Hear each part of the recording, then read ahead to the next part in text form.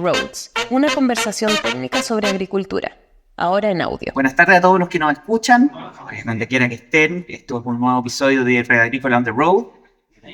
Hoy día nos acompaña Luis Wall. ¿Está bien pero pronunciado el apellido? Sí, está bien, es Fall, porque es alemán, pero nadie lo usa. Está bien, güey.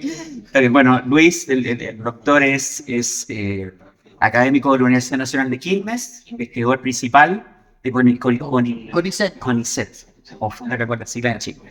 Doctor hizo una presentación súper interesante respecto a un análisis que está desarrollando, llevando a cabo, pero a mí me hizo mucho sentido una aseveración que hizo el profesor que tiene que ver con que la planta no es una planta. Claro. Un poco tratando de meterle el dedo en la llaga, que a quienes lo definen rescatable el término, pero es como un poco ver un poco más allá esto. ¿Alguien nos puede comentar un poco de esto? A ver, lo que yo digo es que la planta tiene, y eso es un descubrimiento de este siglo, la planta tiene asociadas una enorme cantidad de microorganismos, pero no de cualquier manera, no se asocian al azar. La planta elige con quién asociarse, algunos de esos viven en la raíz, afuera de la raíz, otros adentro, algunos en las hojas, otros adentro. Entonces, yo creo que no me equivoco si digo que en una planta hay más células bacterianas que células de la planta, células vegetales, del mismo modo que nosotros tenemos más células bacterianas que células humanas. O sea, nosotros también tampoco somos seres humanos, o sea que no importa. Sigamos conversando. Somos un sistema en el fondo. Somos un sistema ecológico, un sistema biológico más complejo. Mucho más complejo. Porque lo interesante es que la microbiología hace a la función de nosotros o de las plantas como sistema. Del mismo modo que nosotros tenemos nuestro microbioma en los intestinos para la digestión, las plantas tienen su microbioma para hacer digestión a nivel de raíces y funcionamiento. Me cuelgo de eso, profesor, qué bueno que lo menciona, porque en el fondo uno de los temas que tal vez importantes que trató en la charla tiene que ver con el microbioma y cómo lo analizamos. Usted comentaba que hoy día ya existe la posibilidad de la tecnología de hacer análisis de ADN, pero que usted encontró una forma de, a lo mejor, no sé si tal vez más económica, más accesible para otra economía o productores, de hacer análisis lipídicos, Sí. que pueden ser incluso igual o mejores para analizar el microbioma, el ecosistema donde se desarrolla la planta.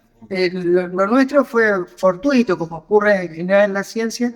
Queríamos estudiar el suelo en términos bioquímicos, o sea, para tratar yo de formación original soy bioquímico clínico, o sea que poco la idea de hacer análisis clínico del suelo, lo traigo la formación. Y la idea era analizar lípidos, porque los lípidos permiten caracterizar grupos bacterianos caracterizados por distintos ácidos grasos. Eso funcionó como un sistema para describir el microbioma hasta fines del siglo pasado, hasta que se descubrió que en la microbiología hay un 90% que no se puede cultivar. Entonces nunca se pudieron medir los ácidos grasos de esos microorganismos, entonces no se puede decir qué ácido graso representa qué microorganismo.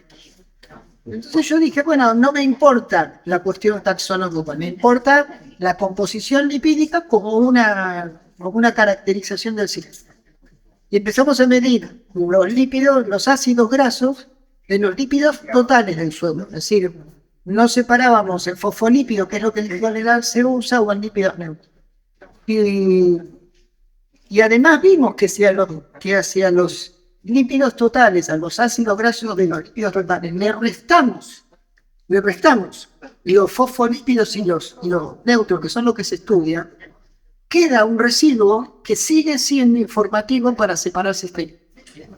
Eso lo publicamos y a partir de ahí dijimos, bueno, estamos mirando algo que hasta ahora nadie estuvo mirando, usar eso como herramienta para diagnosticar suelos con distintos usos, una manera de caracterizar el microbioma del suelo en una expresión de funcionamiento. Para llegar a los ácidos grasos, el ADN tiene que expresarse. Entonces, es una medida de cierto funcionamiento. Y a partir de ahí vimos que suelos con distintos manejos tienen distintos perfiles. Dijimos, bueno, encontremos cuáles son los ácidos grasos que caracterizan a un suelo con salud. No lo encontraban.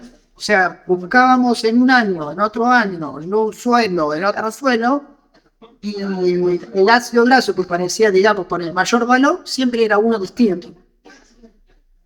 Entonces dije, no se puede. Pero después pensé, la biología es muy dinámica. Entonces es lógico que ese perfil de ácido graso se esté cambiando continuamente. Por distintos tipos de análisis vimos que eso tenía que ver en algún punto con la estructura química de los ácidos grasos. Fuimos ocultando información de la literatura y propia acerca de ciertos grupos biológicos, de ciertos ácidos grasos que nos parece que eran más relevantes como marcadores.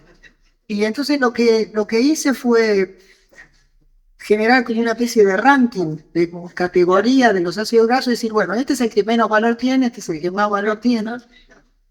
Y a partir de un análisis de los suelos por los perfiles de ácidos grasos, yo puedo decir qué ácidos grasos caracterizan a cada suelo, como con un cierto peso. Entonces con un algoritmo, puedo asignarle un número al perfil de ácidos grasos de cada suelo. Hasta ahí era una manera de transformar un dibujito de muchos picos, de muchas líneas, en un número. Entonces la discusión era cuál era el criterio para llegar a ese número. Mi criterio era bioquímico, biológico y, bueno, cuando dice, se me ocurrió algo más que tiene que ver con eso, con el funcionamiento. Había otros criterios más físico-químicos. Bueno, usamos distintos criterios, sacamos distintos números. Y hay un número que funciona como un indicador. Es decir, cuando un suelo tiene mejor productividad, ese número aumenta. Cuando un suelo tiene mayor cantidad de lombrices, ese número aumenta. Cuando un suelo tiene mayor cantidad de carbono, ese número aumenta. Miramos la comunidad microbiana, el microbioma con ADN, y vimos que ese número aumenta en relación a los grupos bacterianos que aumentan en los suelos saludables y baja en relación a los grupos que bajan en los suelos saludables. Entonces, mi interpretación y nuestra interpretación en el grupo es que es un índice de salud, que funciona como un indicador integral de la biología del suelo. Si me preguntás qué grupos representan, no lo sé. Pero a la vez, como una vez le dije a un editor de una revista, tampoco me importa, porque lo que estoy buscando es como un análisis de diagnóstico de la salud del suelo en términos de la biología del suelo. Me parece que está por ahí. Pero, por ejemplo, analizar un suelo salino, erosionado, un suelo que ha tenido cultivos de rotación, o un suelo que ha tenido un huerto más establecido, eso marca diferencia en el fondo. Exactamente. Entonces, nosotros lo analizamos, desarrollamos eso en un sistema de ensayos, llamémosle más controlado. Pero después, con datos de 9 años de estudio, no es que hicimos un ensayo. Dijimos, da esto. Entonces tendríamos que comparar lo que tienen todos los indicadores biológicos. No hay ningún indicador que haya valor de referencia. Entonces uno siempre tiene que comparar un suelo contra sí mismo a lo largo del tiempo, o un suelo, como tú dices, degradado contra un suelo bien manejado. Bueno, entramos a comparar eso, y cuando comparábamos pares, un suelo malo contra un suelo bueno, el suelo bueno siempre daba un número más alto que el suelo malo. Entonces, y verificado en distintos suelos, en distintos cultivos, en distintos manejos. Entonces yo creo que hay algo en ese indicador. Hay que seguir trabajándolo, pero hasta ahora no existe. Profesor, ¿cómo saltamos de esto usado al uso de bioestimulantes o bioproductos que puedan, no sé si alterar o modificar, pero sí darle un nuevo arranque, una nueva cara al suelo? Yo creo que lo que dijiste está bien. Son productos que modifican el microbioma del suelo. No se puede crear. No, crear no. Hay una teoría que dice que es bastante, uno la puede tomar como punto de partida. En el suelo, uno tiene todos los microorganismos, la planta, el ambiente, selecciona quienes crecen más o menos. Eso genera la estructura de la comunidad microbiana. Yo dije en la charla, en la conferencia, que hacer la agricultura debería pensarse como el manejo del microbioma del suelo, porque eso va a generar la producción de la planta, el tema es cómo manejas una comunidad tan compleja. Entonces la manejas con recursos, o como yo en algún momento planteaba, como con directores técnicos en términos futbolísticos, o sea, microorganismos que organicen el resto. Entonces los bioinsumos, tanto los probióticos, los que son en base a microorganismos, que eso es más fácil pensarlo porque, bueno, hacen eso, organizan al resto, porque compiten, porque ayudan. Los prebióticos funcionan como sustrato, como alimento, como sustancias que van a ordenar por afinidad, por repeler ciertos organismos, entonces van a reorganizar el microbioma. Y bueno, la prueba y error lleva a que se empiezan a comercializar cosas que funcionan a favor de la productividad, a favor de la sanidad de los cultivos. Después, la ciencia trata de explicar por qué, pero en principio lo que está entrando en la agricultura es eso, productos que a mí me parecen muy valiosos en el sentido que se meten con la biología del suelo, que en términos de la agricultura tradicional, en base a fertilizantes químicos, a insumos químicos de control biológico, hacen que el suelo sea un florero, digamos. O sea, no aparece la biología del suelo. Profesor, para cerrar, yo sé que es imposible ver con una bola de cristal el futuro, pero ¿hacia dónde cree usted que va a ir la investigación que ustedes partieron en usted y su equipo con el AVES vivir? ¿Hacia dónde cree que van? Yo no sé hacia dónde creo, sé hacia dónde quisiera que vaya. Y a mí me encantaría que ese análisis se internacionalice, o sea, que se utilice para analizar la salud de los suelos del mundo. Esa es como la aspiración de cualquier científico que descubre algo, es decir, quiero que eso sea mundial.